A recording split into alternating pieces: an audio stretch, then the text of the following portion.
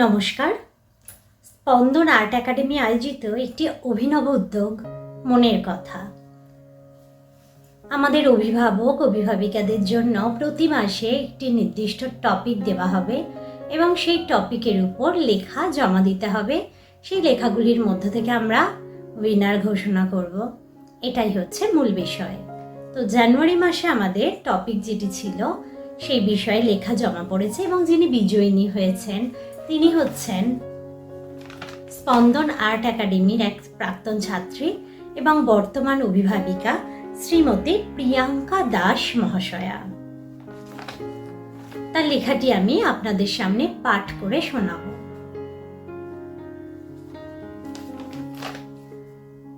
আমার জীবনের এক অধ্যায় যাপন। মানুষের জীবন বহমান নদীর স্রোতের ধারার মতো এবং মানুষের আয়ুষ্কালের প্রতিটি বছর যেন এক একটি অধ্যায়ের মতো। সেই রকমই আমার জীবনের একটি অধ্যায় যাপন করলাম 2024 সালে। গৃহকর্ত্রী হওয়ার কারণে নিত্যদিনের রোজনামচার মধ্যে সংসার সামলানো, একমাত্র সন্তানকে ভবিষ্যতে সুনাগরিক রূপে গড়ে তোলার জন্য শিক্ষা প্রদান এবং কিছু সময় নিজের পছন্দের কাজে একটুখানি ডোব দেওয়া, এইভাবেই কেটে গেছে বছরের প্রতিটি দিন।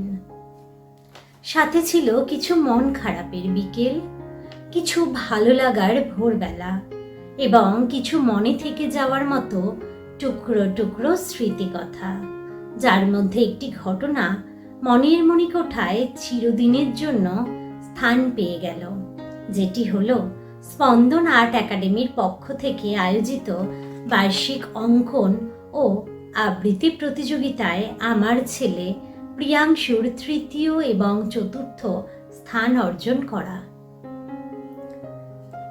জীবনের প্রথম কোনো প্রতিযোগিতায় প্রথম 5 জনের মধ্যে স্থান অর্জন করা সন্তানের চেয়েও মায়ের কাছে অনেক বেশি গর্বের বিষয়।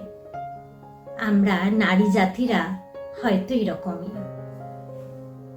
প্রথমে কন্যা, তারপর নারী, তারপর গৃহিণী এবং সন্তান জন্ম নেওয়ার পর মা রূপে তাকে কেন্দ্র করেই আমাদের জীবন আবর্তিত হয় এবং সম্পূর্ণতা লাভ করে। এভাবেই কিছু মিশ্র অনুভূতি নিয়ে 2024 সাল কাটালাম এবং খানিকটা আনন্দ, কিছু দুঃখ এবং এক রাশ আশা নিয়ে 2025কে আলিঙ্গন করে নেওয়ার অপেক্ষায় থাকলাম। প্রিয়াঙ্কা দাস, ছেলে প্রিয়াংশু দাস। নমস্কার।